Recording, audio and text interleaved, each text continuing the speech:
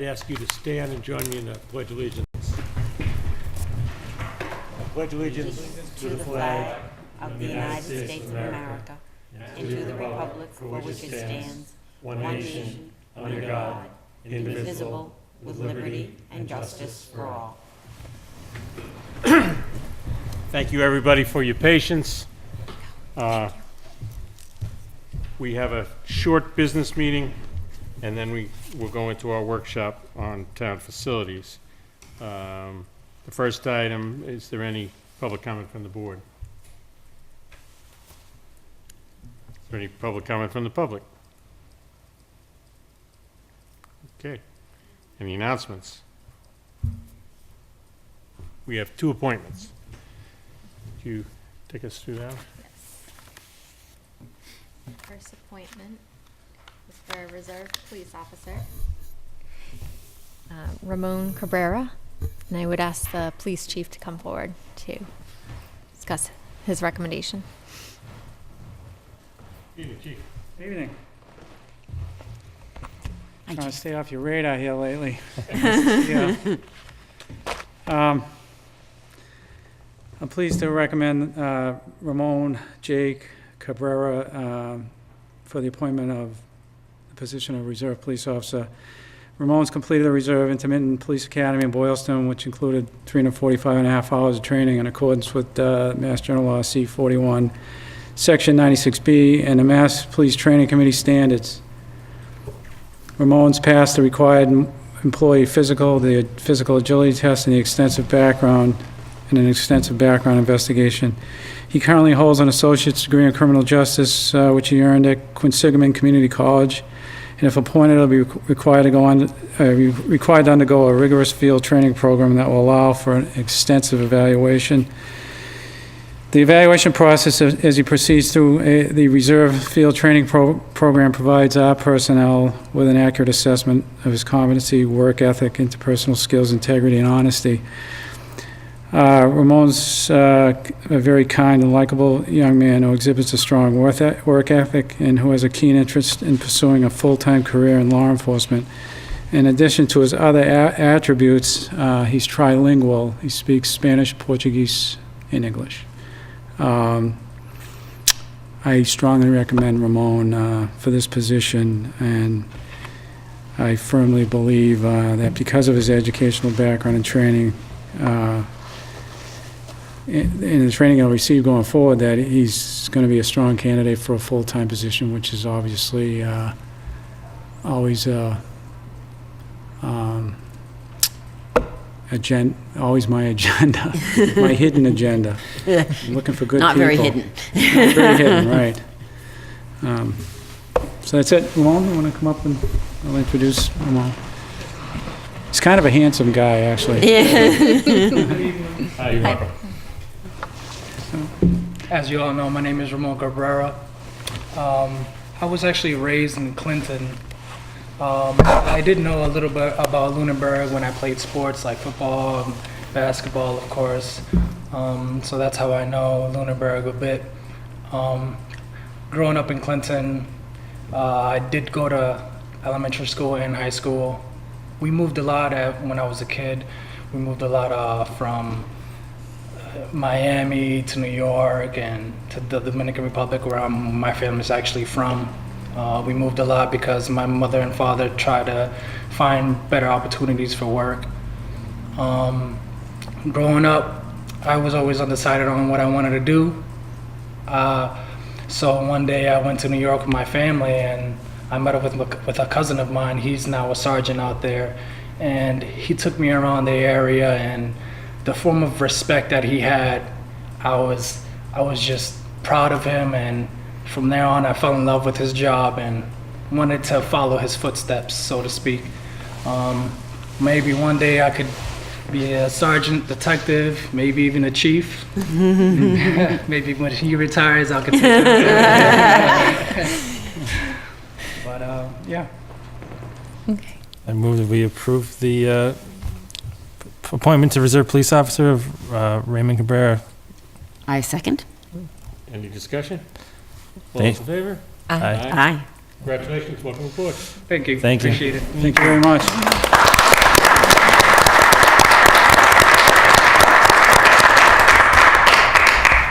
Chief. Good job as always. Thank you. Good to see you all.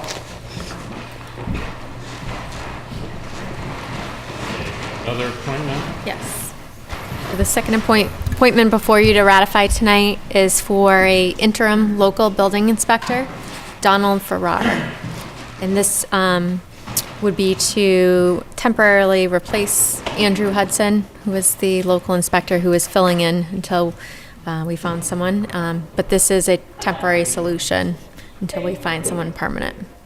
So my only question would be in terms of it being interim, for how long they're available and for why it's interim at this time. It's going to be about 16 hours a week for the individual.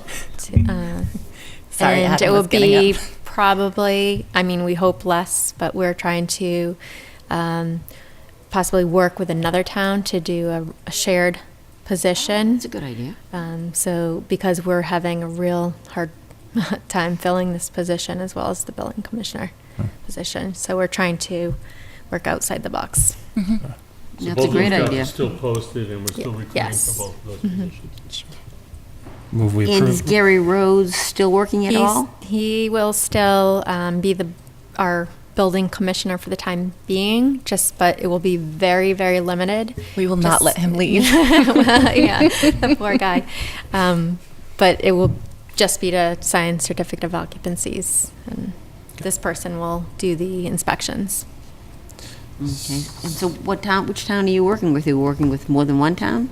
I've put out feelers to different towns, but particularly ones that we know have reputable building inspectors. Great. Great idea. Thank you for thinking of that. Move we approve the appointment of interim local building inspector to Donald Farrar. Second? Any discussion? All those in favor? Aye. Aye. Okay, Thank you. thank you.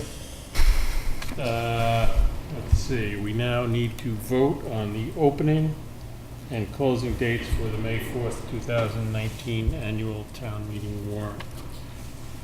We have something in our thing, or, No. okay, what So are, today's the opening date.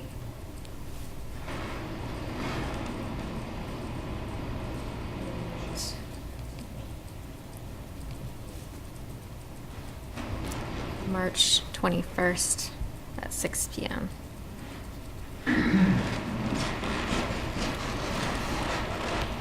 Would be the closing date. So I move we set the opening and closing dates for the May 4th, 2019 annual town meeting warrant to open today, January 15th, 2019, to close March 21st, 2019 at 6 p.m. Second? any discussion? All those in favor? Aye. Any opposed? Okay. Signatures for the bond anticipation note for the middle high school. Is there any background on this, or is this just a routine? This is a routine, yep. Bond issuance, ban issuance. So Mhm. everywhere there's a BOS tab, please sign. Okay. I need a motion, I guess. Move that we sign the bond anticipation note for middle high school. Second?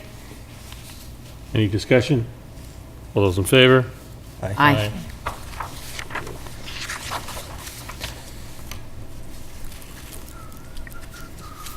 This was the reason for the revision on the agenda as well, and the reason is that this needs to be notarized by the town clerk, who will not be here next week when we meet.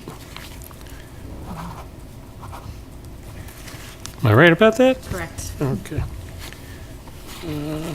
That looks like an income tax form. I don't like that at all. Okay. All the red ones. We have minutes for November 7th and November 20th. I did put it over there. Maybe it's not a folder, maybe it's just these. This is, Really? Did you hand it back in the, are there minutes in there? Whoop. Yeah, okay. I missed one. How many places do you have to sign? All the red Three. ones. Oh, all right. And Phyllis, there was the change that you recommended Mm-hmm. is made. Have you had a chance to review that? She told me that she was making the change, so Okay. I'm fine with that. Warrants? Thank you. I have one warrant in the amount of, for accounts payable in the amount of $225,033.77. Are there any action file issues? I have one action file issue. Thanks to the miracle of YouTube, I experienced the Board of Selectmen meeting of December 11th, which I was unable to attend. I thought the Park Commission members who joined the skate park discussion were courageous in their assessment of the current standing. Upon deep reflection, I feel it's time to hit the reset button and to take another look at the skate park project. I feel the Board of Selectmen, including myself, did not do its due diligence before agreeing to let the group use town land for this project. In retrospect, we had a responsibility which we neglected to reach out to the Parks Commission before okaying this use of town land. We should have reached out to the DPW director for his perspective. We should have also assessed if there is enough town interest town-wide to support such a recreational feature. There are so many questions that need to be addressed now before this goes any further. For example, what will be the effect on the town's insurance as a result of having such a structure on town land? What's the right size for such a park in Lunenburg? When we supported this, when this was brought up, I envisioned, maybe 5,000 square feet that would be utilized by middle and high schoolers who may in fact need to wait 5 minutes for a turn at no cost to the taxpayer. The Parks Commission reported it has now been characterized by the skate park group as a destination, and it'll attract 18 to 22-year-olds and require additional parking. I was flabbergasted by that. I am not in favor of the town paying to provide parking. We've been trying to get parking at Marshall Park for, I don't know, at least as long as I've been on the board, and probably for 10 years before that. I believe the project was sold as something that would not burden the taxpayer, and I would definitely withdraw my support if that's not the case. So I really think we have to take a long, hard look at this project, and I thank the Parks Commission for having the courage to bring that up. Well, the skate park project is an ongoing item on our agenda, so we certainly will have an opportunity, to discuss this much further. But I'll make it a point to, frame the item on the agenda to have that very discussion. Great, thank you. Okay. Is there any committee reports? I attended the Central Mass Regional Stormwater Coalition Steering Committee meeting down in Charlton earlier this week. The group is doing a fantastic job. They are working for all 30 communities in the coalition, trying to figure out how we're going to meet the requirements of the EPA and DEP mandated municipal MS4 permit, municipal separate stormwater system. And it's going to be expensive, and they are creating a lot of materials and templates and having workshops that member communities can really benefit from. And I hope that Lunenburg takes a more interest and takes advantage of these offerings. It would save us a lot of money, I think. I know. That's it. Okay, for committee reports, I went to the charter review public hearing, and there was lots of good discussion. I think the most important thing is that they intend to have at least one more. And so I think participation was good, and hopefully more people come to the second. I went to the planning board meeting last night.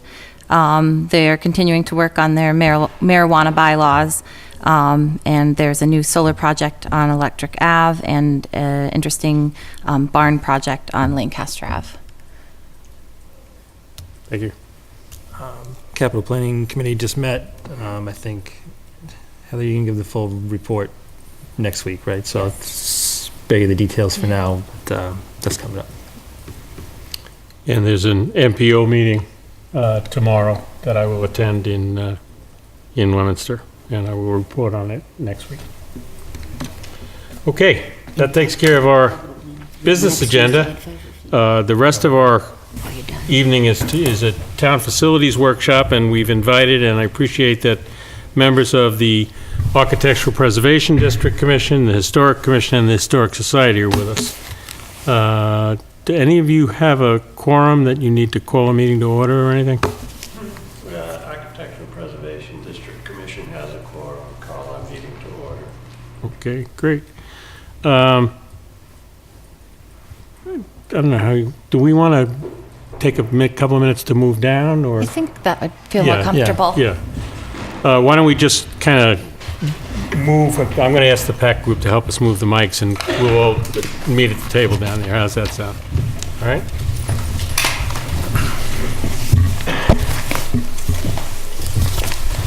They love when I throw them a curve like that.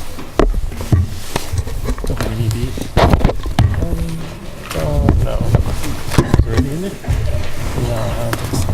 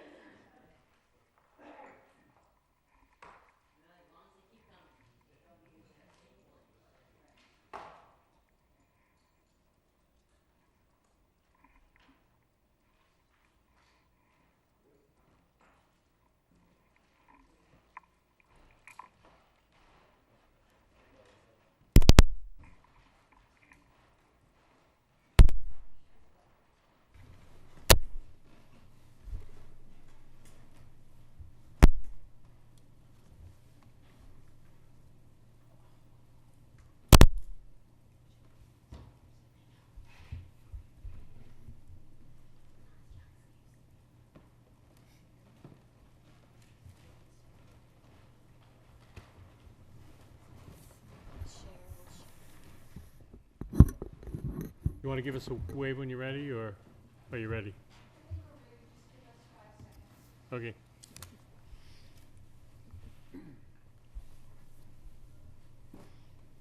Well, again, thanks for coming. And I think the plan here is for us to kind of discuss a little bit our milestones for moving the facilities project forward, but we realize that, you know, while we've gotten input from you folks in various pieces, we never all sat down and hammered it all out, so we thought it'd be a good idea for us to have that opportunity. So I don't have a particular format that we're gonna follow unless you do. Do you want to start with the APDCs that we did receive a piece of correspondence? Okay, sure.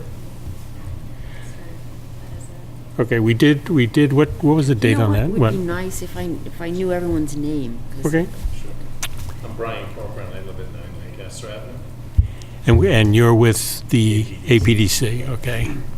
I'm Cullen Dwyer, 76 Main Street, with the APDC and Historic Commission, though Historic Commission does not have a quorum tonight. Okay, Richard McGrath, Chairman of the APDC, 22 Cushing Lane.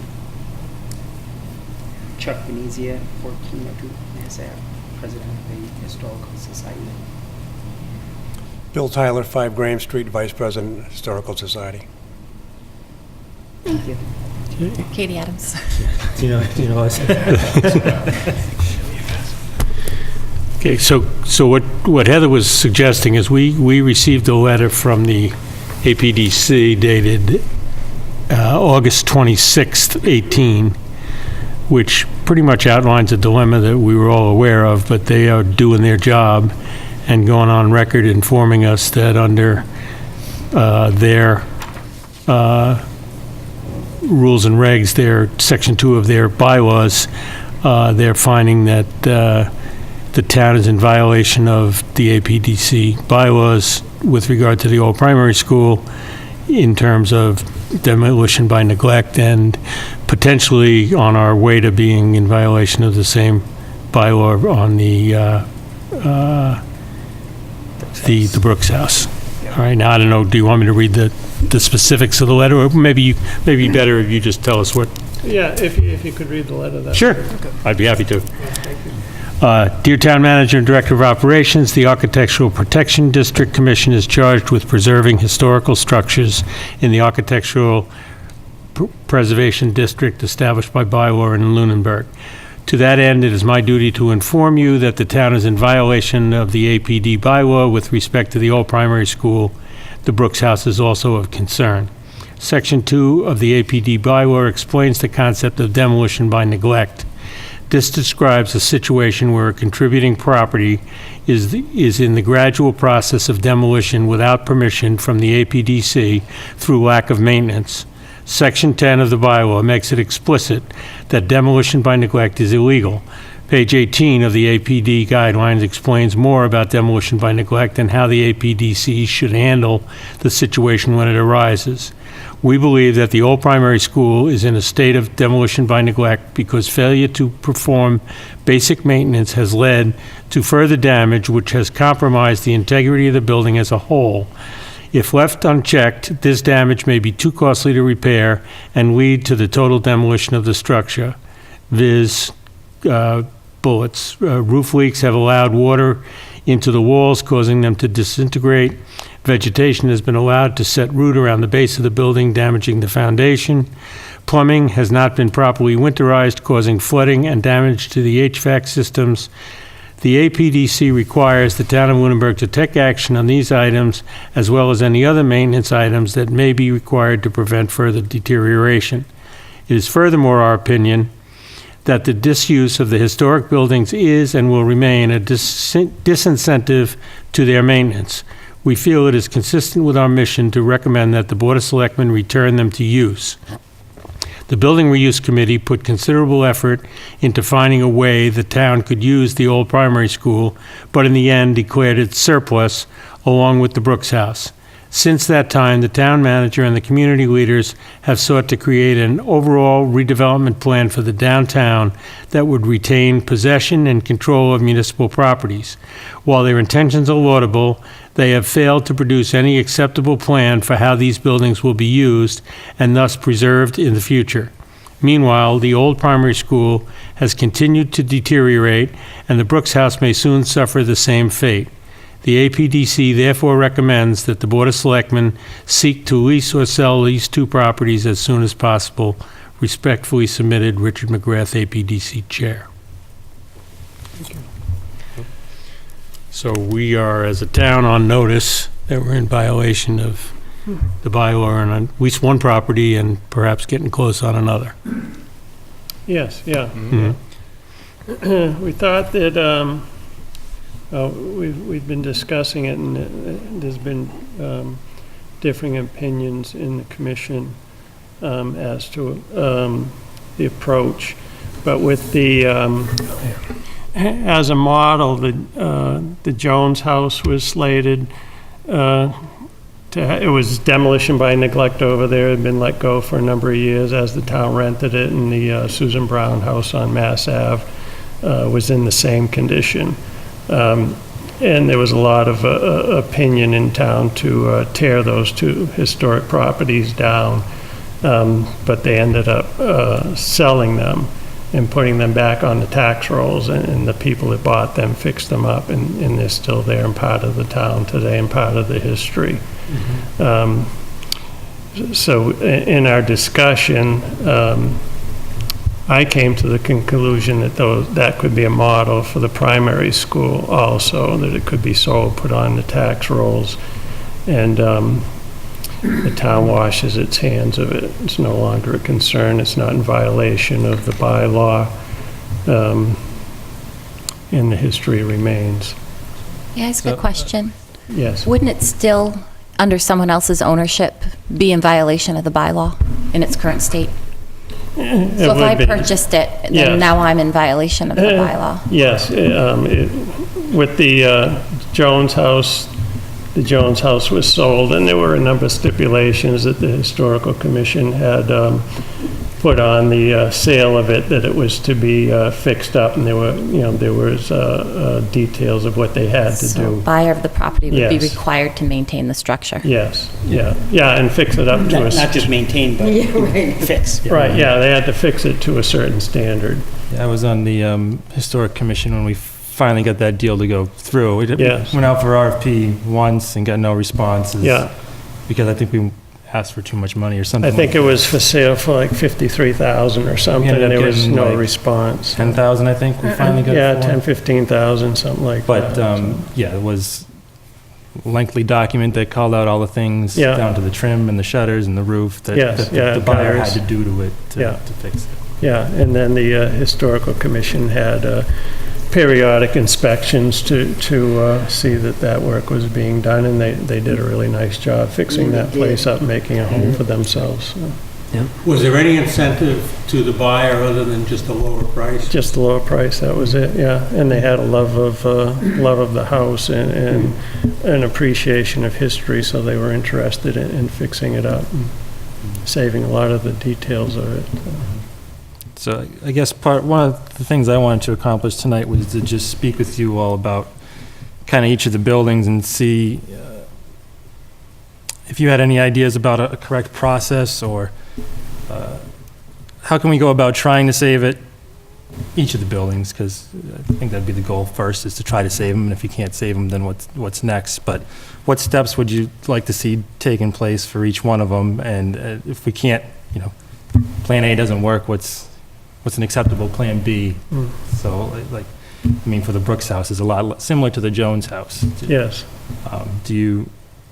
Do any of you all particularly care? I mean, that was a process of work, but we had to sell it and get somebody to spend their own money on it. Do you care if we retain ownership, or is saving the building?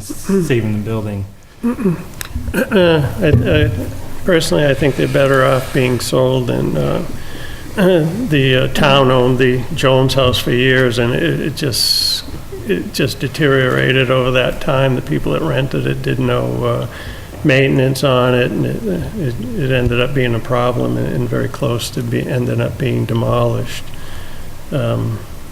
I feel the same way about these two buildings. It seems like the easy solution is to put it on the market and then have somebody that's interested in it take care of it. And Certainly worked in those two cases. it did, yeah. And a lot of opinion was to tear those places down. The primary school seems to be on a whole different scale. It is a bigger scale, yeah, so it would If you not gave it involve. away, somebody would still. But it seems to be in even a further state of deterioration than the other building. you're talking Yeah, about. in Fitchburg, there are a number of schools of similar age and older, and they were let go at a low price with stipulations that the architecture would be preserved and the people would fix them up. Is it B.F. Brown they're working on right now? Yeah, the Art Museum, I think, owns that. But the one right down on Lunenburg Street, across from Major's Cafe, I think one of the Rivers brothers bought that. I had worked on that building, and there was an architect that oversaw the restoration of it, and there was certain requirements that the owner had to meet in order to be able to keep that.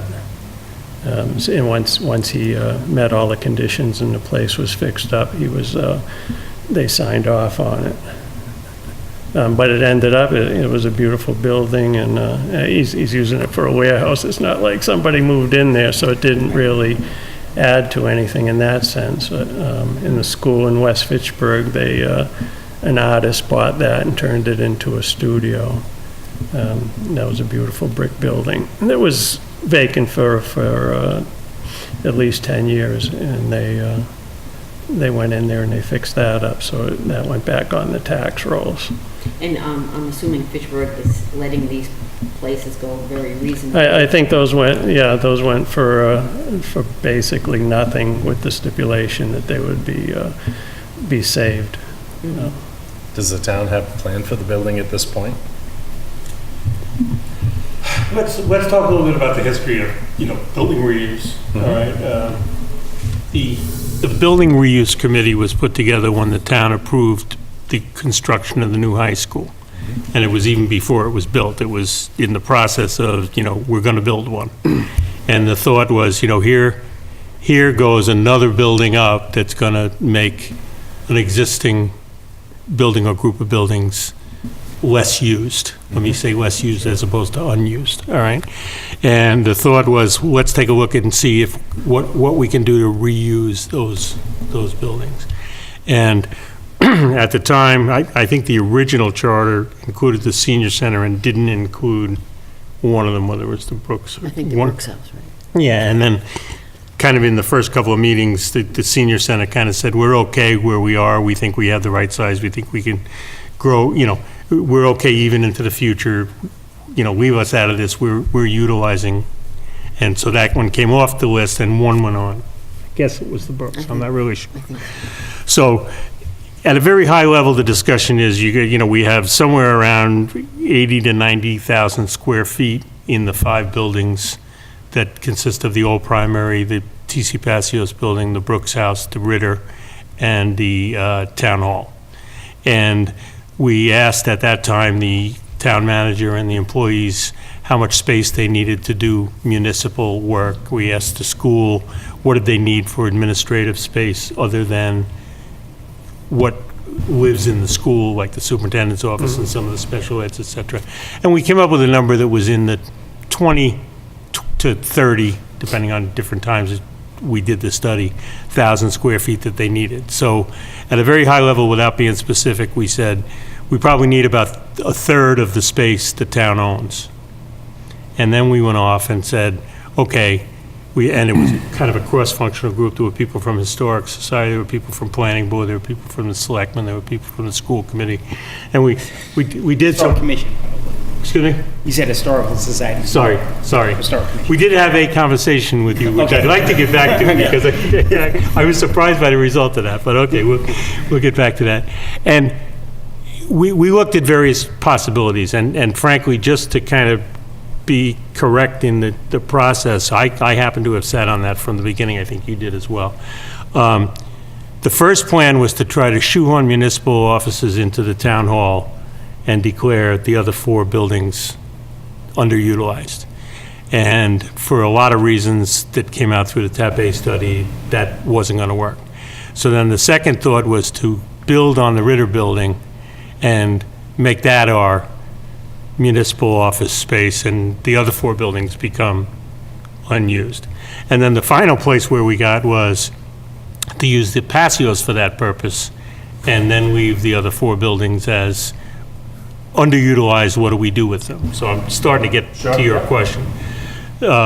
Just to finish the discussion, the current plan of record, if you will, that we're marching towards is the patios. We believe we need somewhere, again, between 30 to 40,000 square feet. The patios is somewhere closer to 55, 57,000 square feet, but the gym is there, the CAF is there. Does it really make sense to tear that down if they're there already? Maybe we could use them for community purposes and use a portion of the rest of the building for municipal offices. And then there was even a piece of space that wasn't allocated that we said we could either grow into or rent out or demolish. And that's where our plan of record was walking.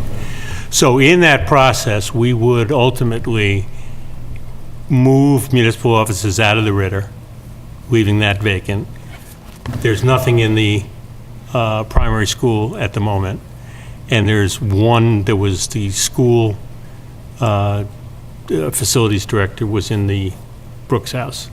I don't know if he's still there, but the long-term plan is that he's not to stay there.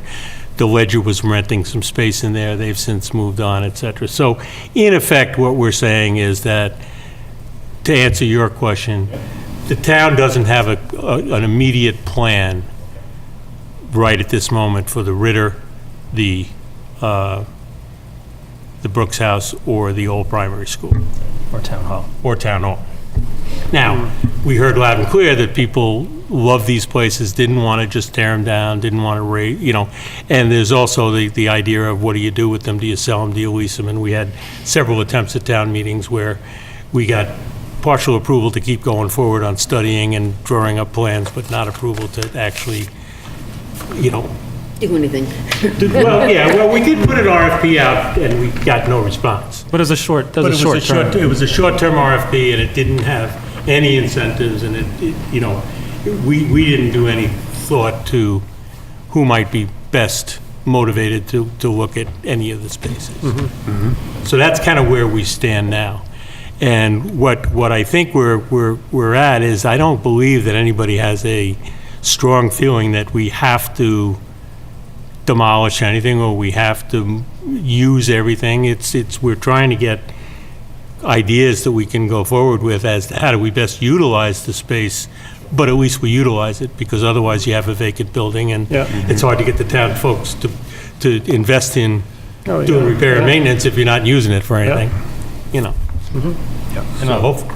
obviously trying to find the highest and best use for the buildings too, because Right.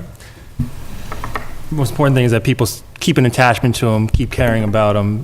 That's the way they get taken care of. And if you can get people, some of them are just government buildings now that you go to hardly ever. If you get more active use in there, get people in the buildings, experiencing the buildings and appreciating them, I think that'd be important to me. But also through that whole process, Jamie left out the whole first year we started off, we created the zoning, we created the APDC to help us take care of the future of these buildings. That was the important first step, because the historic nature of it's clearly important to us. That was. I don't think we could have moved at all had we not addressed for the town meeting the fact that we cared about these buildings enough and we cared about the district enough that it wasn't just, let's make it all commercial and put big box stores on every corner. That was not our intent ever. But our intent was to utilize what we own. Mr. Chair, if I may. Sure. It's interesting to hear so much talk about, especially with old primary, and with Selectman, with Damon's talking about the building, because we've had meetings, like we had a workshop, well, I attended it as a citizen, August 2017, where as an option for that property, he presented a diagram that showed mixed-use development that I think had, it may have been close to 60 second floor and third floor apartments with first floor retail, which would have required the demolition of Old Primary. And he was presenting it as a selectman as an option. So I've tracked this very carefully. I've read everything back to 2013. Over and over again, from the building reuse being created and all the different changes.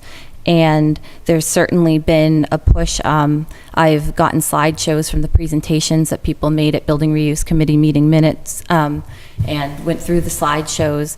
And there's definitely been developers presenting concepts that have massive development projects on these sites. So my biggest concern, especially with two of the selectmen having a history back to 2013 that involves these things, is that if it were to be sold, to be very, very cautious that the intent is to preserve a building, because I'm working on a separate project where, if you follow demolition delays and stuff, there's usually a time period and a process where somebody could seek demolition, seek to prove that the building can't be maintained, and this parcel may be very desirable for something much other than maintaining an old building, which is why I started working on focusing more on municipal land preservation. And I know I talked to the Historical Society, and we looked at pictures that prior to Old Primary being there 100 years, there used to be recreation and park use on that site.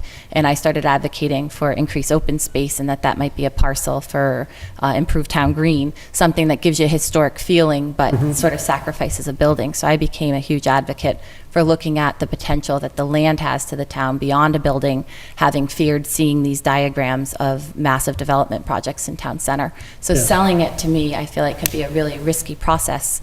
Maintaining it could lead to creativity where the building might not be saved, but the land could be really important. With the bylaw for the district, the Architectural Preservation District Commission has a lot of say as to how that would go.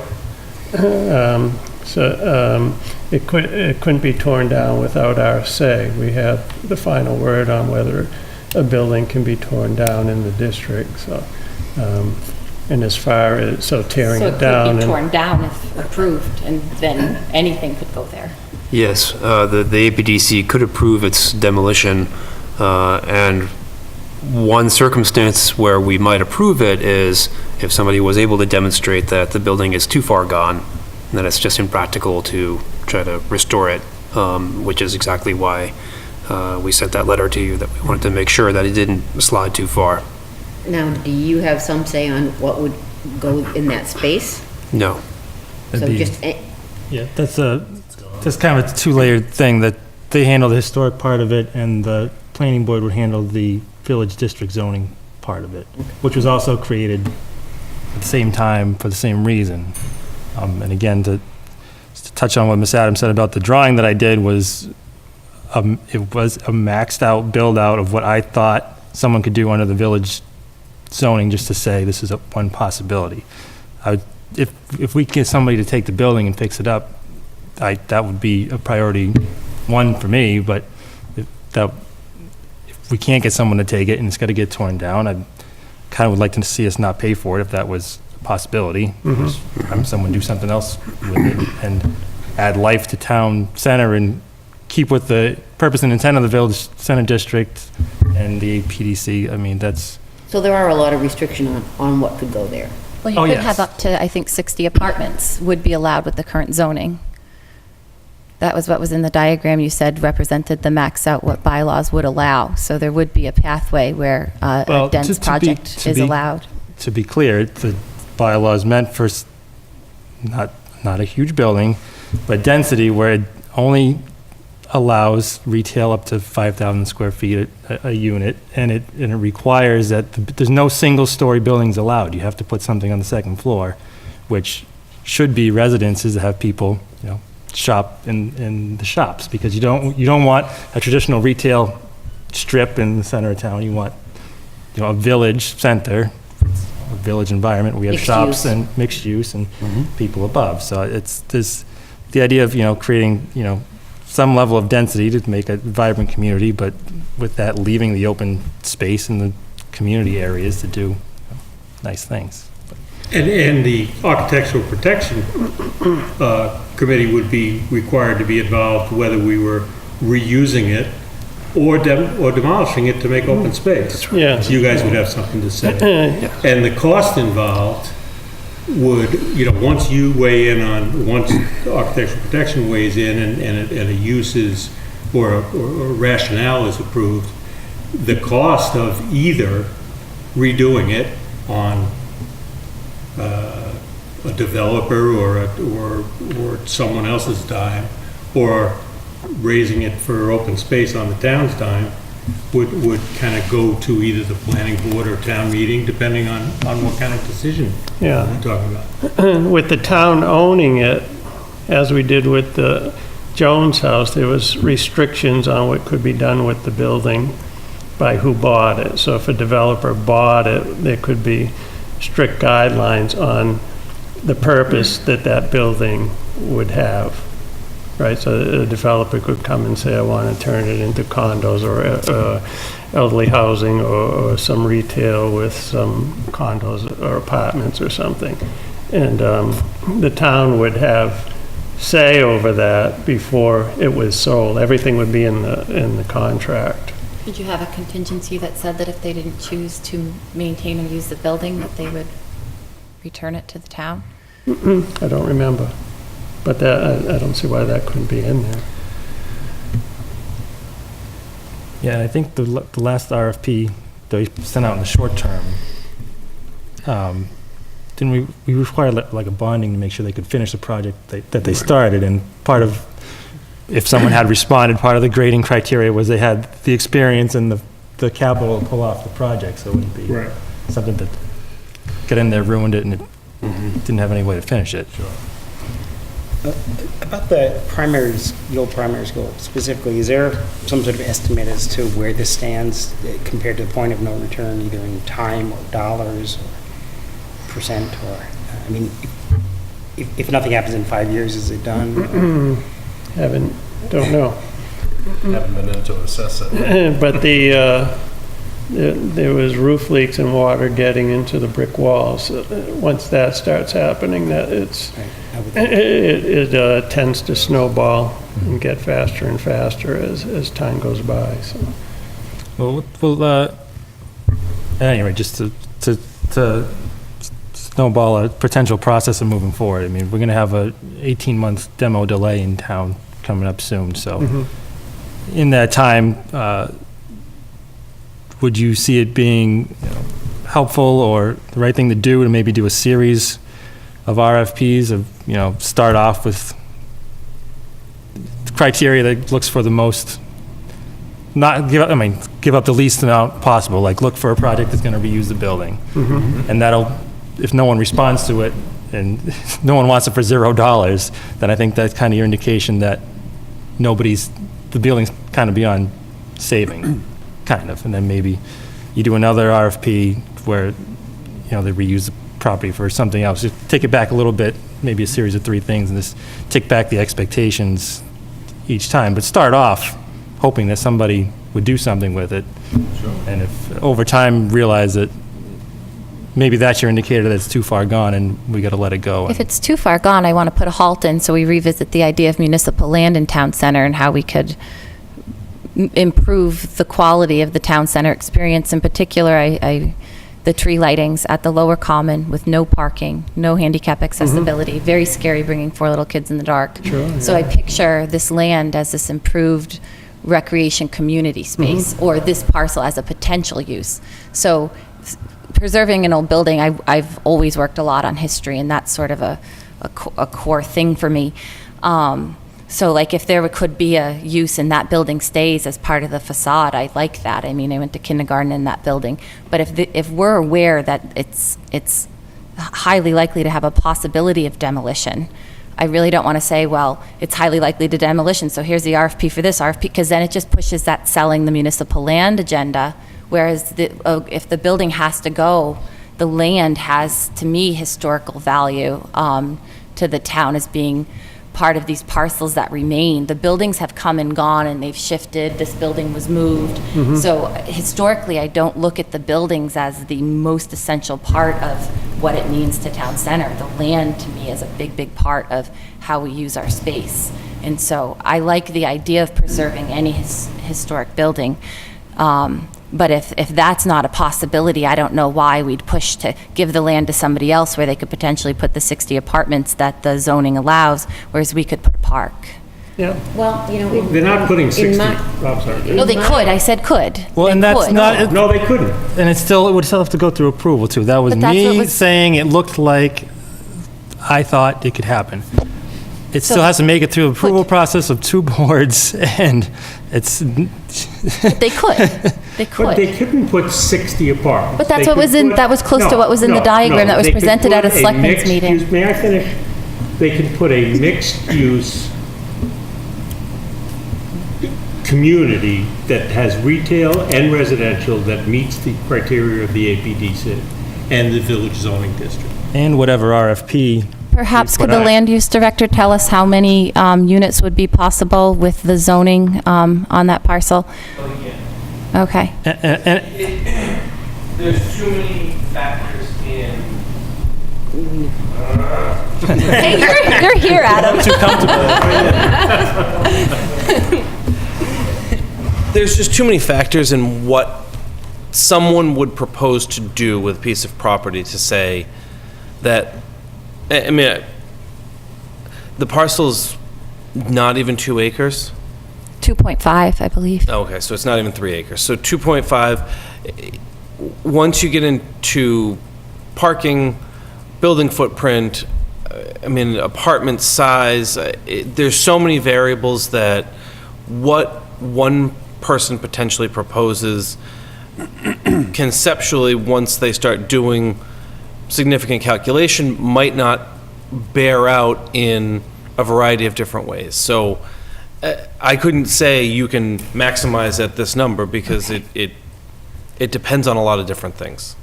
But density certainly is offered. Density was always a goal of the village district going back, preceding my employment with the town. And that's just a fact of village center in general. I think that the bylaw that the town has adopted was intended to sort of build upon the fabric of the village center as it currently exists, with the opportunity for continued development for service-based and small-scale retail and increased limited residential. I mean, I don't imagine that if you're going to build we can use the village next door as an example, or even the primary school. If someone were to redevelop one of those parcels and build a first floor retail, second floor commercial, they're not going to be putting palatial apartments. We're not talking to... Second floor residential. I'm sorry, second floor residential. We're not talking palatial apartments. We're not talking 2,000, 2,500 square foot apartments like you see at some of the townhouses down on Lake Whalum or in the Stone Farm development. You're probably looking somewhere between 500 and 900 square foot, 1 to 2 bedroom at most, because the idea isn't, people aren't going to generally want to have a family in an apartment like that. It's younger people, it's single people, it's older people, it's usually I don't even want to say non-families, because there are families that will live there, but it's limited space, and the idea is that you're enjoying the amenities that are around you while being able to live in that area. So I wouldn't even want to speculate on what the apartment number would be. Okay. Also, there's a great need for senior housing in town. And I think if someone could put senior housing there, it would be a perfect spot. It'd be close to the senior center, not too far from police and fire. I mean, if you made it more walkable, it would be a perfect place. And I don't foresee it as open space because it's kind of secluded and tucked back. And I hear for safety, you want public space very open you don't want a bunch of woods behind it because it's a more dangerous space. So I don't really see it as a park. And about the danger of the town where the gazebo is, I have suggested we block off Lemonster Road from the beginning of the area where the gazebo is down to the bottom where you go over to White Street, is that White Street? And just try it. You could block, you could put a few sawhorses That came up over at there. Complete Streets, and the chief said that that's not possible or viable, to No, I block don't the believe road. he said that. He said that, actually, when I talked to him, he said it would be a great idea to block it off, just to try it, to see if it would work. Because it wouldn't cost you much at all just to block it off. Can you get around it? There's certain So view- then there would be, it would be really nice not to be interrupted. No, I It would just- be great not to be interrupted. We've gone through this, and But you know what? Do you know how many It's not times possible to we've close gone that road. through the things that you bring up again and again and again? So, do you mind if I have a chance to say something? Thank you. You'd only have traffic on one side. That whole area would be open, and you could just put a few sawhorses on it to try it out. It wouldn't cost you nothing but a couple of sawhorses to try it out. There are just other options. In an effort to move this project forward, we have kind of decided to have several of these workshops, some of them full-blown workshops like tonight, some of them partial at selectmen meetings. I think the benefit of having this group here tonight is to talk about the historical value of the buildings. We plan on having additional discussions with Parks and Open Space and some other groups to talk about other things, all right? But I think I'd like to concentrate. One of my concerns, frankly, is at least partially, the history of the primary is because it sat for a number of years waiting for a proposal on senior housing that was dependent on federal money that didn't happen, and then state money that didn't happen. I agree there's a great need for senior housing. It may have to be a for-profit, affordable senior housing model if it's going to happen, as opposed to a government kind of mandate. So when you say it didn't happen, does this mean that the town applied for? There was a developer who applied for federal grants and asked us to hold, he had plans with us. He was a quasi, Jewel. Yeah, this was, even predates any of my, Okay, he wasn't, it wasn't the town, but he wasn't a developer. He needed federal money or state money to go forward. But he was writing grants and doing several things, and for a number of years, the primary was kind of reserved because he was coming back with this But plan. that funding fell through. It didn't go through. Yeah, and then he asked us to wait another 3 years because he wanted to take a run at state money, and that fell through. And the town, rightfully or wrongfully, didn't spend a lot of money keeping it up while that was going on, because it was going to be somebody else's problem at the end. My fear is that the Passios is now at a place where the PAC is there, and they want more space. They would gladly go rent space in a studio someplace if we didn't keep them reined in.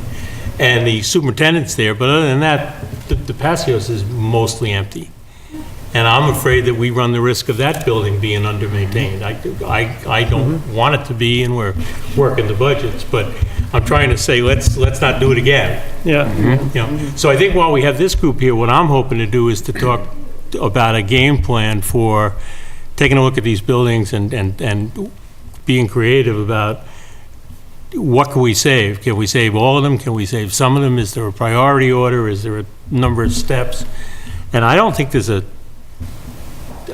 we have a plan that we're just hoping you buy into. I think we're asking you to help us build a plan for all these, One question I have is a primary school, whether it's sold or demolished, would the hazardous material still have to be remediated in either situation? In other words, obviously, if it's demolished, you have to remediate all the hazardous waste.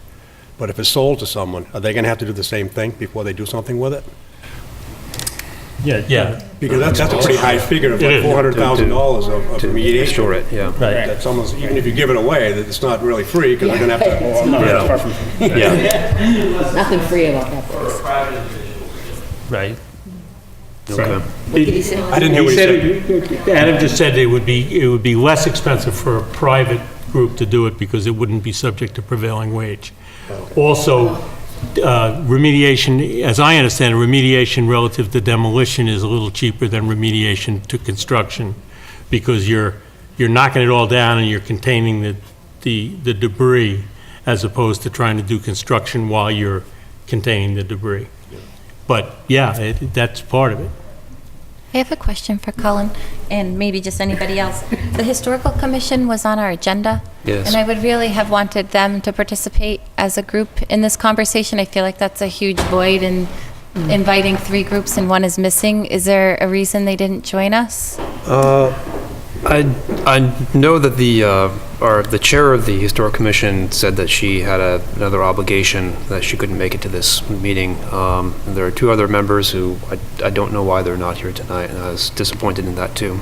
I know our chair also, she wanted to share her vision for what we could do with the not the TC Pass, it's the old primary school, because she has one that involves retaining it in municipal hands. It'd be good, then using it for something specific, or She thought the town could use it. It could have a farmer's market inside there, or the auditorium gymnasium could be fixed up and utilized for events. Yeah, I don't know. Do you remember what else she was interested in? I don't know. I think she was talking about maybe like an arts center or something like that. But retaining it as a kind of a community center for the town.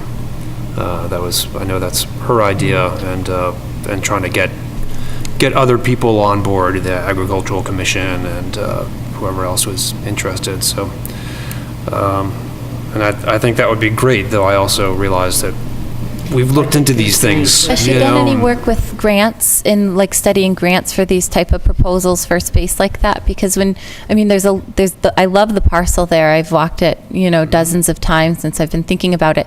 And there's enough land there where you could have band concerts and outdoor community events. There's a lot of land in front of it where you could add parking and improve the facade. The building could remain there as part of a community-centered thing, and it's a financial thing. But I get all these pop-ups on a feed where Leominster, just got, a grant for this, and we get grants for that. We've asked for grants for things in other buildings without really brainstorming about, things like this. And as we get asked for, does the town want a grant for anything? And I don't know enough about grants, but I mean, like that building, there's a lot of nostalgia for people with old buildings. So bringing it into a municipal use, I think, fits a lot of people's desire who have spoken out of want. People, land conveyance has come up twice through town meeting on these parcels, have been involved in 2 warrants, and they've been turned down, I think, because people have a heart to save things. You give it away, you never get it back. And so I think I wish that the commission was here, or that Becky was here, so that these type of ideas can surface. Selling and possible large mixed-use development is on one side, but then I think we really want to talk about and brainstorm what's on the other, because once we move forward with relinquishing land, we can't have this type of vision. And grant money is everywhere. So I just want to, everything ultimately comes down to funding with anything. We did have a property condition assessment on the buildings we're talking about, but in specific to the old primary school, the firm identified the total cost to repair that building based on its condition when they did this last February was almost $2 million for the use that it's to give you. No, it was sort of as its current use. So as its school, it was as its most. Yeah. Though certainly when we looked at the cost of tearing it down, that put the $2 million in perspective, I thought too. I'm not, like I said, building reuse has determined that we have a surfeit of just square footage. So I think retaining it for municipal use is kind of a hard sell. Though I would love to see that happen, so I don't want to shoot that down. I think Rebecca Lantry will be here to speak her mind and let you know what her vision or her plan is. I think to, as we've recommended, sell it or to lease it would be an excellent option to some interested leaser with conditions. Though I do also want to just put out there that the APD bylaw grants this commission quite a lot of latitude in terms of preserving these buildings, that we can be quite stubborn and say, no, you're not going to tear it down. And I guess that's really why we sent the letter, is that it might be that, we've sat on this building for 15 years and we might decide, well, we're going to sit on it for another 15 years, because once you tear it down, they don't build buildings like that anymore. That's like, you can't just get them back. And it certainly happened, I don't know, a couple of years ago. I was at Grand Central Station in New York, did the audio tour, and hearing all about that, people were saying the same thing. It's too far gone. We just got to tear the whole thing down. And now it's, it's vibrant. It's this jewel of New York City. It would be, to think that people were considering tearing it down then. Maybe it's not exactly the same, but all I'm saying is that it's, but you can't get these things back. And, if things do pick up, if the whole vision of the village district picks up, I think a property like that will be extremely valuable, and that it would be, people would be kicking themselves if it got torn down. And that I think for our commission, that would be an option, to be stubborn and say, no, you can't tear it down. You just got to maintain this building because you're in violation of the bylaw. Just fix the roof and clear the vegetation around it. Just keep it in a stasis. I think the town has clearly said they want us to consider that strongly. I mean, they created you guys and they support you guys, and they want us not to do anything quickly like that. One of my biggest concerns is that whenever we have these meetings and charrettes and ask people to come, we hear things like cooperative markets and farm to table and stuff. And that's great. And if somebody's got the passion to make that happen, I love it. But you can't put it in all 5 buildings. Let's prioritize it. Yeah. And I kind of heard that the town hall, just because it's the town hall, is probably the one people want to save the most. I'd love to see the passion go to do something great with a reuse of town hall, and then use that success maybe to go to the Grand Central Station over across on School Street, But if we're shotgunning it and saying we want a farmer's market, great. Where are we going to put it? Let's save the place we're going to put it first. Right, because we talked about the Brooks and the primary, but haven't touched the Ritter and the town hall, which I think are much, obviously much more historically important than the other two, I would assume. Don't want to speak for you guys, but. I have a question for the APDC about, in terms of these buildings and the historical significance, and I don't think it even falls into it. How do you feel about the demolition of the TC Pastios building? It's the most expensive one to operate and maintain, and when we talk about having a surplus of square footage, if I had to relinquish one building just as a citizen, I find it, I always call it like a Burger King roof and whatnot, the possibility of that going to this open space or this desire to have fields, would there be any demolition delay on? Yeah. This is 75 years So old. it's young enough to just Not yet. go? So we wouldn't- What's the date on it? I think it's 52, Almost. 53, something like that. You probably know. So would we want to demolish it before it Hurry. gets too late? It's just over 60, because it was open the year I was born, which is 54. It was Okay. open 50. I thought it was 53. 53, I think it was one. But it's also in the best shape. I mean, you guys have to weigh in on which is more historically important, but it's the one that's most usable. Yeah. In terms of the best shape, the Vertex study did not come up with that. The Vertex study went into these buildings, and they did the original 5 we're talking about tonight, and then they also added on the Eagle House and the Turkey Hill. They didn't present on those, but they did, produce the data. And for me, and I've been advocating for leaving some town offices where they are now so that we we keep our municipal presence in town center. That was a delightful night because the building out of the 5 we're talking about today that got the best assessment from Vertex, and it was like strikingly better, was this building.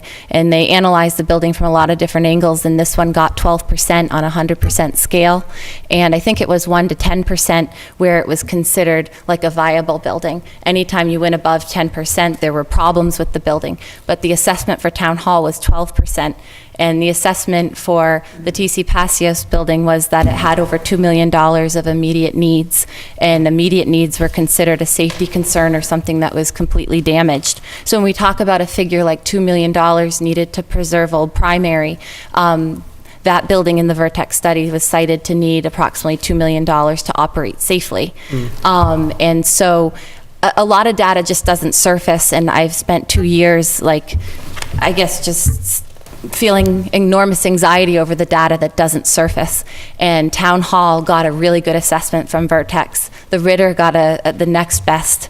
And yet we're discarding them as potential places to be. We're here tonight and it's working out. And they need things like ADA compliance improvements, like an elevator, better entrances, push button doors. But those are things we can accomplish. And there's a lot of contiguous land at Ritter because of where the old fire station was. So in terms of improved parking, if you put on an addition with an enhanced entrance, and there's things that I really feel can be done to secure these historic buildings by simply using them, which is why I speak out against moving to TC Passios, because I feel that's a school campus. I don't want to bring Town Hall into school campus, and I think it's the least historically valuable building. And when we talk about needing space, we have the space. If it was all in one space, maybe for one person or another, there's some ease of use, but we're going to more and more e-permitting and online bill pay, so people's actually use of these buildings are going down. When we talk about meetings and whether or not this is a good place to meet, I've constantly recommended using meeting space for Selectmen's Meeting in the new middle high school collaborative rooms. And the initial thing was that we couldn't broadcast live. Well, I was at a charter review committee meeting last Wednesday night in the collaborative rooms at the completely ADA compliant, plenty of parking, and we were broadcasting live. So if we need meeting space, so the 30 to 40,000 square feet that we allegedly need for town office building, I have gone through the TAP-A studies, I've dug through them, I've studied all the different square footage needs. City of Fitchburg is looking for 20,000 square feet for their town hall. And they're 4 times our population. So if we truly need all this space, we're gonna have to operate, pay for, maintain, long-term, maybe much more square footage than we truly need. In these smaller buildings, there will ultimately be smaller cost. And I mean, the Vertex study said this building isn't as bad as we'd like to claim it is. I advocate sort of staying in the places we are and not focusing so much as the TCP because it's big, because I don't think that's necessarily what we need. We have a $72 million school filled with collaborative meeting rooms and auditorium. That's the space we can meet if we truly do need more meeting space. I think staying in the buildings we're in protects them. Ms. Adams, you don't want the town hall on school campus, but you want us to meet in the school buildings. It's at a different time of day. You know, these meetings are not in session. All of the activities for going to get a building permit or going to pay your taxes are when town hall's open, which corresponds with when students are using the campus. So both uses will occur at the same time. Using space redundantly means we'd be using it for meetings as it was intended. And actually the building reuse, there were minutes where they recommended prior to the school being built, when they were considering utilizing town hall, you know, let's make sure we have collaborative space. And they have exercise classes for adults. Adults do use the middle high school, that's already happening, but not while children are there. So the When we have redundant met in the use- collaborative room, there are children having practice in the gymnasium. It's never been empty. And I really take exception to you telling me what happened on the commission that I was on, like you know more about it than I do. So you're uncomfortable with people being on school campus, and that means we shouldn't put town hall there. No, I'm just pointing out the hypocrisy of your statements. You know, we have many times had this debate among the Board of Selectmen. I would suggest let's avail ourselves to the benefit of having these groups with us this evening to talk about the buildings and a game plan for the buildings. Let's see what they have to say. Well, could I bring up something I think would be an easy victory is Right. how about let's talk about the Brooks House, because I think that it looks to me, without having toured the building, it sure looks to me like it could be very easily sold and used as a residential house. Like that's what it is, and it could be used for that. It would preserve that. It's a very important part of our history. And so I'm wondering if there's any impediments to that. Would that be, since it hasn't been used as a residence for some years, would that be considered a new use for the building? Would there be any issues with the village district bylaw using that as a residence? Stand up, Adam. Can they get a,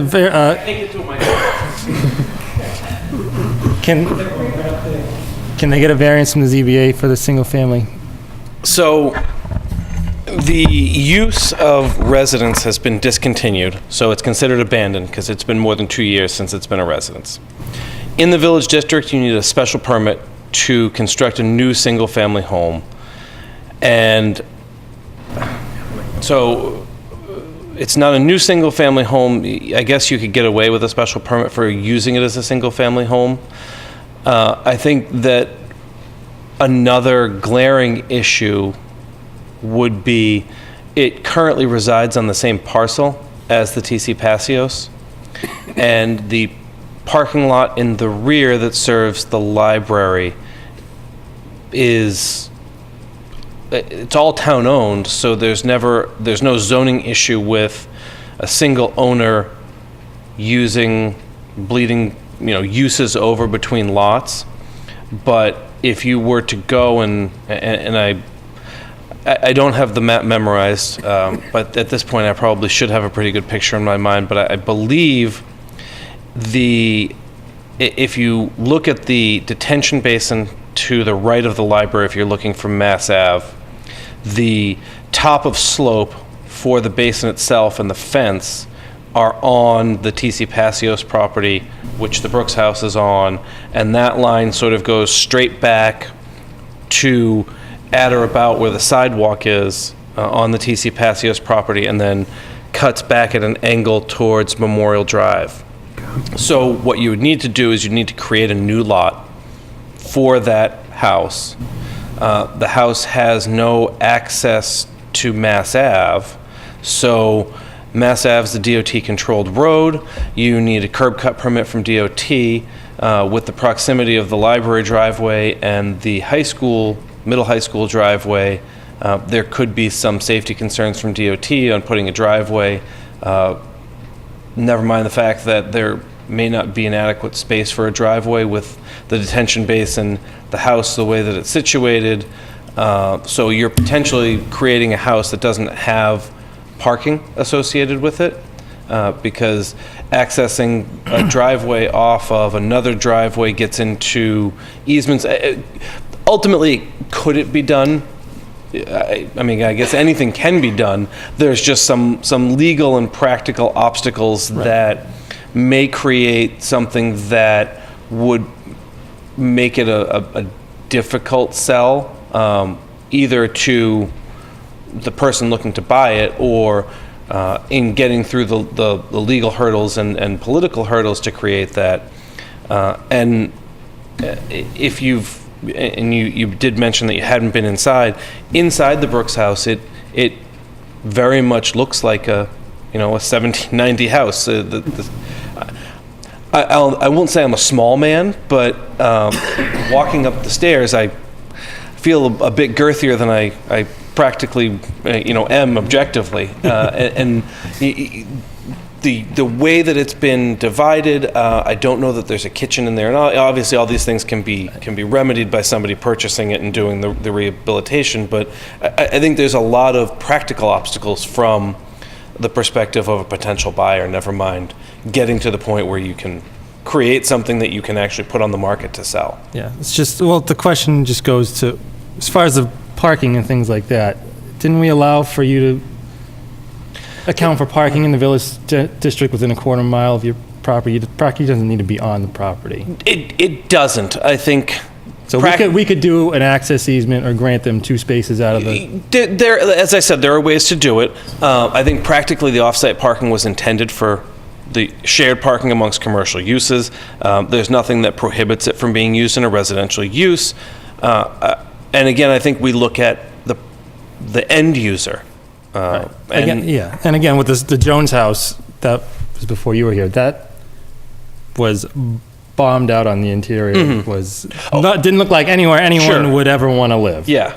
But it was important to save the property, so we made it happen. And I think that the reconstruction of the house itself is probably the most minor of those issues. I think that the creation of the lot that someone may be willing to purchase, the retaining of the parking for the library, and you're correct, parking off-site is probably allowed, but again, from a practical perspective, people buy a house, and we're not Cambridge, we're not Alston. People generally expect to be able to pull into a driveway in Lunenburg. Is it possible to move it? If someone wanted to, yeah. I think that's a tougher sell than It is. giving them an impractical lot. And we did have a town meeting article to sell just the house and for someone with that option to move it and retain the land. But yeah, there's historical value to its location as well. Yeah. Was that the building that all the school land, was that the farmhouse to all the school land? Okay. Yeah. That's right. Yep. That was the original farmhouse. The bicycle, what do you call it? Term slipping my mind. Kind of like a bicycle kind of hostel stop there where people could stay in the barn, and there's a stop along the Mass Ave for people to stay, but the barn that was most, of course, historical part got Yeah, I wish the torn commission down. back then had saved the barn. I guess there wasn't one. I have a thought that goes through my mind with the Brooks House, and I think it was the Tape, and I think it was approximately $40,000 to $50,000 quoting an option of demolition. And I found that a funny figure that sticks with me, because if the town allocated $40,000 to $50,000 of upkeep towards it, you could immediately improve whether it's the facade or some sort of maintenance need inside. So when we look at that building, it takes $40,000 to $50,000 to remove it. I think it takes approximately $30,000 to relocate it, like if somebody truly wanted it. And then when you look at those figures, then maybe, I mean, I haven't followed capital planning to a T this season, but at some point to start at least to preserve it, so as we wait for an outcome, we don't lose it. Well, the problem with the recommendations from Vertex as far as they relate to capital planning was the recommendations for projects in the building didn't help us if we were to reuse it, and they weren't going to help the next person if they were to reuse it. It was simply do maintenance of the building on elements like the fire escape and things like that aren't going to be helpful if someone's going to have it be a single-family home, and not going to be helpful to us if we're not using it as offices. So and it was more than $50,000 worth of work that needs, even to make it an apartment. And I think, again, digging back into history, we did have somebody living in the Jones house. We tried renting it out as an apartment, and we kind of failed miserably as landlords back then. And I'm not sure we want to try again at that level. We're not built to be property maintenance individuals. Yeah, I'm always of the mind that simple is good, and finding somebody that wants them, whereas we don't necessarily want them, or some of us want some of them, but as time goes by, these buildings are just sitting there and going downhill. The simple thing is to just decide what to do and go for it. I think selling them is the easy way out with some of these buildings, including the primary school. So you guys would be recommending or be comfortable with us putting out an RFP for a reuse of Yes, those yeah. buildings? I've been in a number of them in Fitchburg, Leominster, and throughout other communities. They've all been recycled into condos, residences, and other uses, and they're still there, and they're on the tax roll, so the town's not maintaining them, not wondering and spending time what to do with them, and they're getting money from them because they're getting taxes. And I'd like to just get back to the fiscal life of the community. I mean, Lunenburg's debt in 2012 was 22 million. In 2016, it was over 50 million. We can't afford, I mean, all of these are really great ideas, but we just can't afford most of them. You know, when there was an attempt to have an override a few years ago, the town just didn't go for it. And I supported not going for it. I'd actually like our taxes to go down to 2% a year. I don't think, I would like us not to have to go to the 2.5 every year.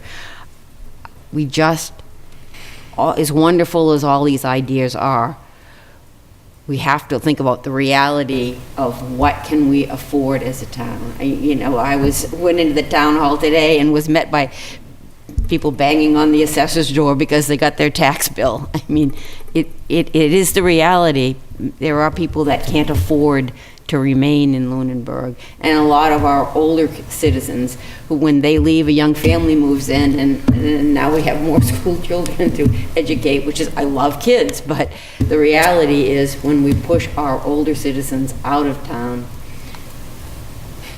you know, they're gone and they move someplace else. I think we have to sort of take a step back, take a deep breath, and look at what's fiscally achievable.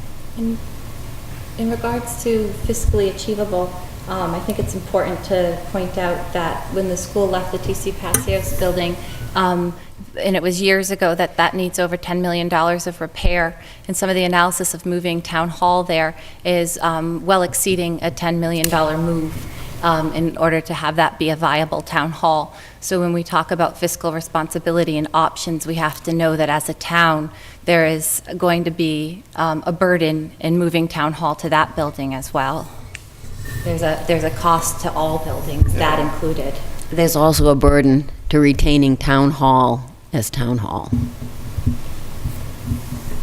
Right, but you could demolish the TC Passios building and then it's gone and you don't have to maintain it. Again, can we stay? Offices there, we would need to I think we could put the superintendent in the Brooks house. Well, let's not That's just- rethink this on the fly. We're That's talking just a about throwback, 'cause that's no, where we're they talking were. about the historic part of the discussion tonight. And that's the least historic building, so I just recommend that maybe we could, Thank you. I can't, I'm not allowed to contribute. We're just trying, we have all Contributed these, quite a bit, so let's give somebody else a I want chance. to give the respect to these guys for showing up and talk about the historic nature and any of their concerns right now. So, just, Has there been any discussion of, going back to the primary school, that's our neighbor, so, and that's the one that's in the worst condition and had this letter and all. Has there been any discussion of doing some sort of maintenance to buy ourselves a little bit more time? You know, pick the one thing that, you know, for X dollars will we've done the buy us the most. had the analysis done of what should be done. The Right, you're saying that that kind of includes some things. The that- roof and the brick and the flashing would be the, you know, the Yeah, envelope right. things. But Again, given the fact that it's vacant, you know, there's probably some of those things that don't make sense. right. The sprinkler system, well, Yeah. maybe we don't have that. But anyway, there's got to be things that are more, you know, the biggest bang. See, you're just kicking the can down the road because it's been there for so long vacant. You know, to buy more time to keep coming up with ideas, whether you want to make it a park or. But it sounds like we're having a moratorium on. A market On taking it down, isn't that right? So that's kind of pushing it off. Well, if I'm reading your letter correctly, it's, you're putting us on notice that we gotta do one of two things. We either gotta fix it up or get rid of it. Yeah. Yeah. Yep. And you're not necessarily, you'd love us to fix it up, Yes. but you don't wanna let us you don't want to condone the town letting it further deteriorate. That's right. Is that a fair? That's correct, yeah. Yeah. And also, No matter how, however small the possibility might be right now that somebody would want to take it on, in 2 years, it's going to be even worse. Definitely, yeah. The longer it sits there, the faster it deteriorates at this point. And then it's gone, it's neglected, and then you have a bill to tear it down. and we do just a, And then you have a liability in the meantime, because it's a vacant building. but one thing I think we do, another, small milestone step in the right direction we could do potentially is figure out, you guys have parking in front of the building that's kind of A parking issue. a part that is accessed through town land, so I don't know if we can, Right. however that building's reused or whatever, Right, we figuring need out that you to guys, have some way to park. get your parking figured out. I think Bill's working. One of the things, I don't want to put you on the spot, but one of the things that I was surprised by is, and maybe I just did a poor job of communicating it when we first talked, but I would have hoped that the Historical Society would have wanted some additional space, whether it be in the town hall or in the Ritter or, and when I look to reuse of any of these places, I thought you'd be at least a potential a group that might want to do something there. I'm told, and maybe I'm wrong, but I'm told that you have stuff that you'd like to show that you don't have on display right now. Right, but that doesn't mean we don't want to keep our own building. We Right. still want to keep our own building. We don't want to move to another I building. mean, we've invested a lot in that building, and it's a building which was built to be what it is. It works But I well mean, for if we were starting to say things like, well, what's a reasonable reuse of town hall, or what's a reasonable reuse of the Ritter, and it provided more space to you, would that be something you'd want to explore? Either in addition to your... I think we decided that no, No. that we wouldn't want to do that. That we're satisfied with the building that we have, and in a sense, it's good. The more space you have, the more stuff you take on that you really shouldn't be. Keep it simple. Yep. and it's it's a very energy efficient building. We have new windows. We have a new heating system. It's other than the parking issue, it's perfect for us. Yeah, we're very satisfied where we're at. Okay, so but then it does leave the issue of before we determine before the town determines what it's going to do with the Ritter and or the primary, we have to resolve access to your parking, how much parking, where, Right. yeah, which we've committed to do. Right. We haven't, right now, I assume it's not too much of a problem because it's all open. It's never a Right, problem. right now it is. Yeah. In fact, I don't think many people realize how little we really had in front of the building until we actually started looking at the plans. Start riding bicycles, I guess. 6 feet in front of the building. We haven't spent a lot of time on Town Hall or Ritter. Do you have any? They're in better condition. I don't think there's an immediate concern that they're going to be, demolished or, demoed by neglect. Right. So. But if I were to tell you that they didn't meet the needs of the town Yep. from a municipal office space point of view, and that, given our current path, there's a possibility we would have our municipal offices in the Passios. Then we have a town hall and a Ritter building that we need to find a reasonable use for. Any suggestions, input, comments from a historical or APDC point of view? Help. I think you definitely want to save them, right? So. I don't think there's any path forward If if we're we not don't going to use say. anything for them, again, and maybe it's something we have to sell. I'd just like to mention that Commissioner Levesque has joined us. That's right. I did, yes. Sorry. I was at another meeting. I've heard lots of different options, all of which sound really great. Farm to table restaurant, an art space, community space for those kinds of endeavors. I think those are all good uses of the properties. Obviously, the one issue that we're going to run into is interest by X group in actually moving something forward. That's my fear, is that we have a lot of great ideas, but bringing those to fruition might be a little more difficult. That would make sense. Also, you have to have people interested. If you wanted, the consensus was to build a park, you need some people that would have the enthusiasm to write the grants and find out where the money is and have the time to be able to do all that.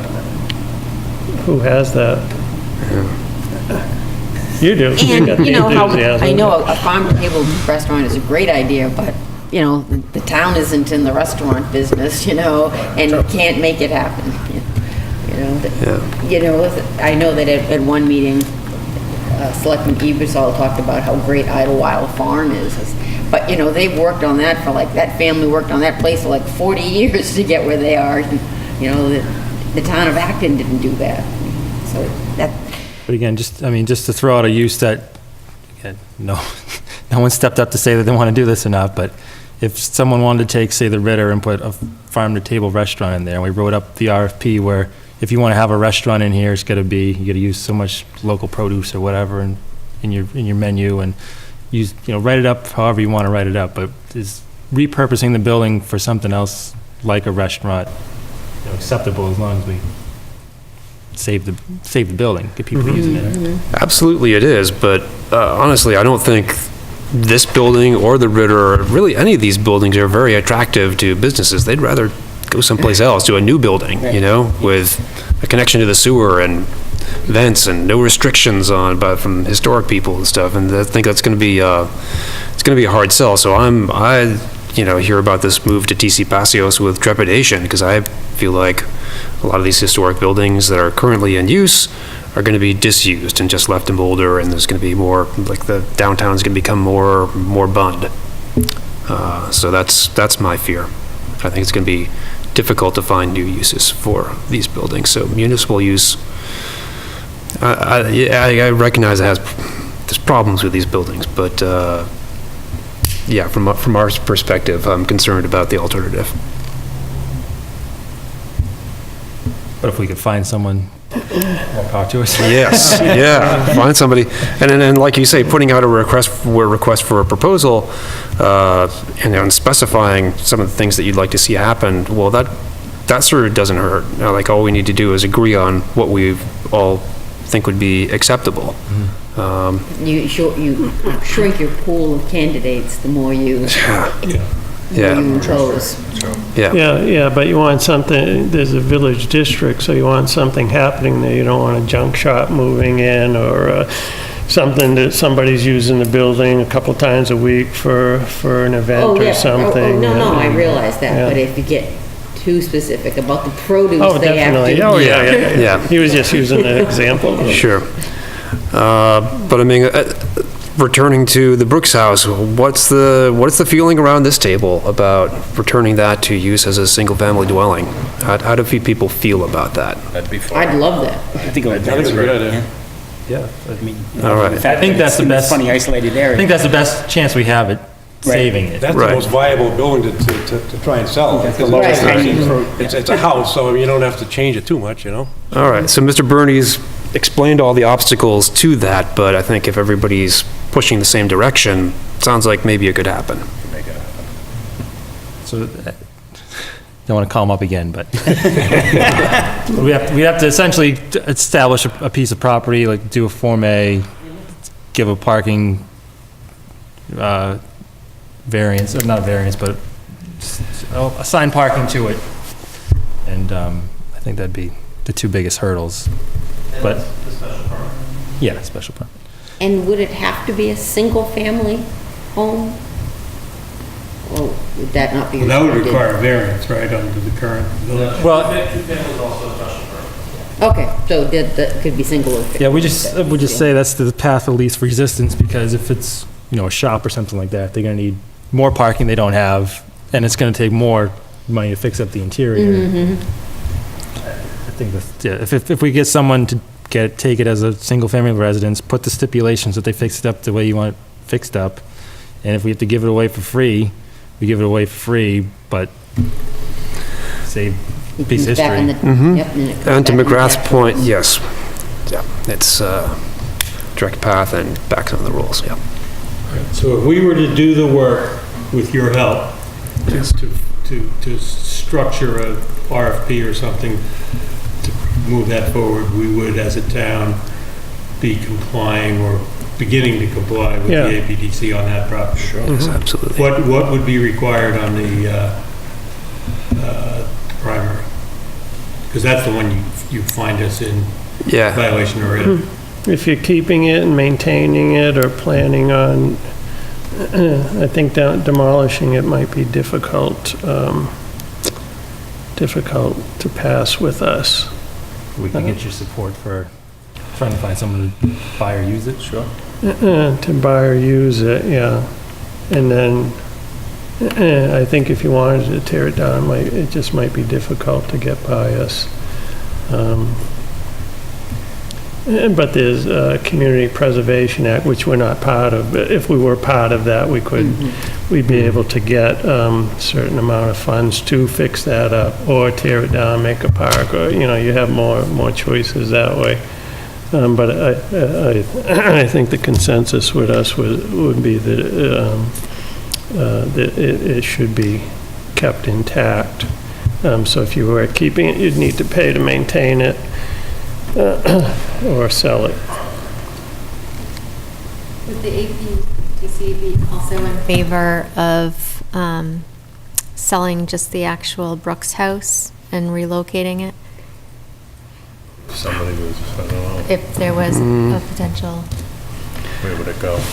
Yeah. it would be somewhere, yeah. That brings up questions. Let me see. Just take it It's just a and disassemble it? I mean, we don't want to see it lost. They disassemble it, or they load it up and drive it down the street someplace, or cut it in half or something. Speaking of- $30,000 to cart a house To locally. keep it intact and Yeah. relocate Yeah, it. yeah. That would I've seen certainly be better than demolition, but not as good as keeping it in its current I think it location. looks nice where it is. There's not a lot on the streetscape on your right-hand side coming towards town center. Yeah. I feel like I've thought of that missing, and then you almost lose residential at all as you come up through. I like it there. Yeah, it's an anchor on that side of the road for the history of the town. And it worked for the Jones house, at the piece of property, the parcel, it has all sorts of drainage easements and things, but certainly if it's a really inexpensive option for somebody, it may catch someone's eye. Yeah, and I think now's the time to act on this stuff because the economy's good. Before the economy turns now, there's money there, people are interested in developing or buying houses, or creating their ideas. But we know what happens when the economy turns, all that disappears. I think that's what happened before with he was having trouble getting the grant money because That's a right. recession happened and all that dried up from the state and the federal. So, sorry, Adam, but if we're serious about we wanted to pursue an RFP about a single-family residence down there, do we make it the burden of the respondent to get that special permit? Can the town pursue its own special permit so it's cleared up before you try to get someone to take it?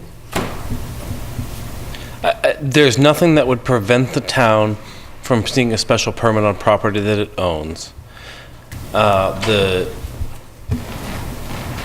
zoning board is in the habit of assigning the special permit to the applicant and having it dissolve upon transfer. So that would be just a conversation that you had with them. We're doing this in order to transfer, so can we not have that as a condition? And it sounds to me like the discussion is creating the parcel and saying the house is the house and that's it. We're not talking about addition, subtraction, any of that to the structure. Right. So as long as the footprint is remaining the same and the work is being conducted on the structure, in the structure, I don't see why you couldn't get it beforehand. probably makes it a little more saleable. Right. Because I would expect that the RFP would say, failure to be granted a special permit would remit the house back to the town because, then. Would there be a lot of expense involved to get to the permitting stage, or not really? You mean the building permitting stage? The burden that the town would have to do what... Well, you'd have to create the lot, so. Okay, so there's architectural drawings. There's a survey and creation of an A&R plan. The planning board may or may not waive the fee. The fee would be nominal in conjunction with the survey. You're probably $1,500, $2,000 worth of survey and plan work to create the A&R. And then if you were to pursue the special permit, it's less than $500. You're probably $3,000 all day to get through that process on a ballpark. Could be more, could be less, but I think you're in that several $1,000 range. It probably wouldn't be much more. Right? And hopefully we can get $3,000 for the house. That's not serious. Sure. It would seem to me that it probably makes sense to do that, to make it more attractive. If you want to try to make it more as attractive as you can. Yep. And the special permit's done on your terms then, too. It's done Right. done the way the town wants it to be done. Right. And then to do an RFP for the primary wouldn't require a lot of zoning work. It would just require us to work with, I guess, you guys to talk about what acceptable uses were, or pieces that couldn't be changed by a buyer, or whatever the case would be. Yeah. I would like to hear from the historical commission too before, Yeah, definitely. Yeah, they have a. I feel like we're missing our conversation. Yeah. Chairman Lantry has a different vision than we're presenting, so it would be good if you heard what she had to say also. As regarding the demolition by neglect, I think doing anything to maintain the building rather than nothing would be good. Like, even if you can't re-roof it, even if somebody went by and said, hey, we put a bucket down or put up a tarp or something, I think that might at least slow down the deterioration. And I feel like if there was any attention being paid to its maintenance, that would, I would say, perhaps be satisfactory in terms of the violation. Might help in its sale. Save off the deferred. Yes. Yeah. Yeah, in good conscience, I'm not sure I could recommend pouring a lot of money into that until we knew where we were going. But I hear what you're saying, and I agree totally. The Vertex, really big tarp. the Vertex studies were really, really in depth, and so there's $2 million of needs that it was cited to have. It would be interesting to pull through that and see if there's some really high impact things that were low cost in terms of preservation of the building. Because some of the highest cost items maybe you can't achieve, but there may have been it broke it all down. There may be some really high impact protective things that were low cost, and maybe it warrants sort of digging back through that analysis and seeing if something small doesn't possibly belong on the capital plan. Yeah. Is that plan available at the planning board office, or is They that? were online before the website changed, all the Okay. Vertex analysis, and I knew where to grab them.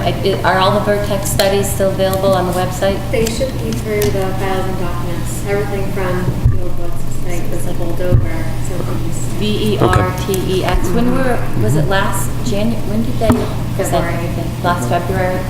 So February 2018. And there's even a slideshow, so there would be a meeting where you could request the slideshow, and or if we got the date, if you watch that meeting, Vertex came and they presented on the original 5 buildings, but then the reports themselves were like 80 pages each on each building. And so there's got to be some data there that tells us, whether it's the structural issues with leaks or the roots and the different things, if they cited things in there. So this involves the DPW at all? In the maintenance of that, or the discussion of the maintenance?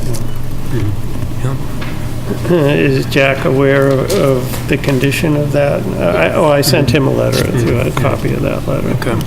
Yeah. Anybody have anything else to Yes, sir. Just on the RFP for the primary school, I always feel the need to say this, and I know I said it during building reuse. The more you limit the use, the more you reduce the pool of people who will be interested. The planning board back in 2014-15 spent a significant amount of time and effort on the village district bylaw. In the update to zoning, that was the uses were amended slightly, but not significantly.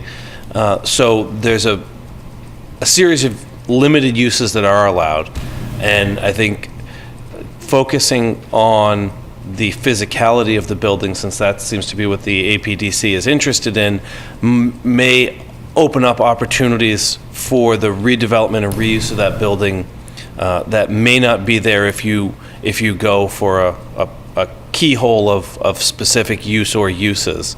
And I probably sound like a bad record, but I'm going to say it every time we talk about RFPs, that if you want people to be interested, you have to let them be creative, and you have to give them the opportunity to see an opportunity within the constraints of the physical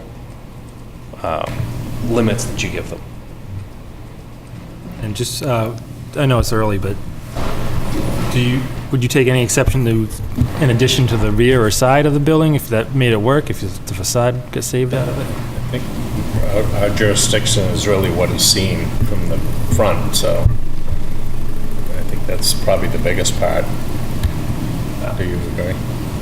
I'm asking about, I mean, I know your jurisdiction's your jurisdiction, but just yourself too. And asking society too. Are you? I mean, if part of the building, I mean, my personal, if part of the building in the back, say, is far gone and somebody wanted to take the back part of it off and leave more of the front facade and do something different in the back, I wouldn't see that being a big deal if they could save majority of that building. I think the language used in the guidelines is the tasteful integration of new elements. So if that's certainly not forbidden. Great. This has been helpful. As you can see, there's a lot of moving parts here. Thank you. Yeah. You know, I appreciate your input, and I invite you to continue to give us input as we move forward. I mean, we are going to look at other things like working with parks and open space groups, working with the town officers and different town departments in terms of their needs, et cetera. But we're trying to move this forward so we don't have a situation where we're 8 years further down the road and we still have the same 5 buildings we had when we started. Yeah. What are your next steps going forward? Well, our hope is to present a article at town meeting to ask for some funding for enough detailed drawings of the patios, which is our plan of record, to give the town a cost, and to discuss with the town how we plan on funding that cost. The town has, to this point, encouraged us. It has not turned us down. It's encouraged us to keep working, but continues to ask us to go get more data. What are you going to, and one of the biggest pieces of more data is what are you going to do with the other 4 buildings? Right. You know, and the more of a plan we have for, and I've given up on having an answer for all 5. If we have an answer for 2 or 3, I think we might have enough to have the town say, okay, they're making some progress, let's bite off those 2 or 3 and then work on the one that's, Yeah, it's less to think about. but I'm not sure which they are. I could probably tell you my sense of which ones are most loved in priority order, but not necessarily which ones are most reusable in priority order. You know. All right, good. Does that answer your question? Yeah, perfectly. Thank you. Anything from you folks? No, that's all work pretty good. But I encourage you to keep going back, and if the architectural, if the historical commission wants to, I'm not sure we'd have another full workshop, but if you want to have an agenda item and have the chair join us, we'd be happy to go through that. Yeah, the Historical Commission has a meeting tomorrow night, so Great. we'll be discussing it at that point, so. Great. Thank you very much. You're welcome. Thank you. Thank you. Thank you. Thanks very much. Hope you know when we were at the meeting, the charter meeting the other night, we talked about the cemetery commission. And you said something like sole purpose. And I was thinking S-O-U-L. Oh. Well, not that tall. It's very fitting. Like your shoe. Yeah. So our upcoming meetings, we are going to meet next week, January 22nd. That'll be our last meeting in January. And we have three meetings scheduled for February the 5th, the 12th, and the 19th. Any of them workshops yet? Usually the second. So we'll talk at our next meeting. Maybe we'll kick around what we have on the list of workshops. Is there any public comment from the public? Any public comment from the board? Can I get a motion to it? I'd like to make a motion that we adjourn. Second. All those in favor? Aye. Thank you, everybody. Good night. Thank you.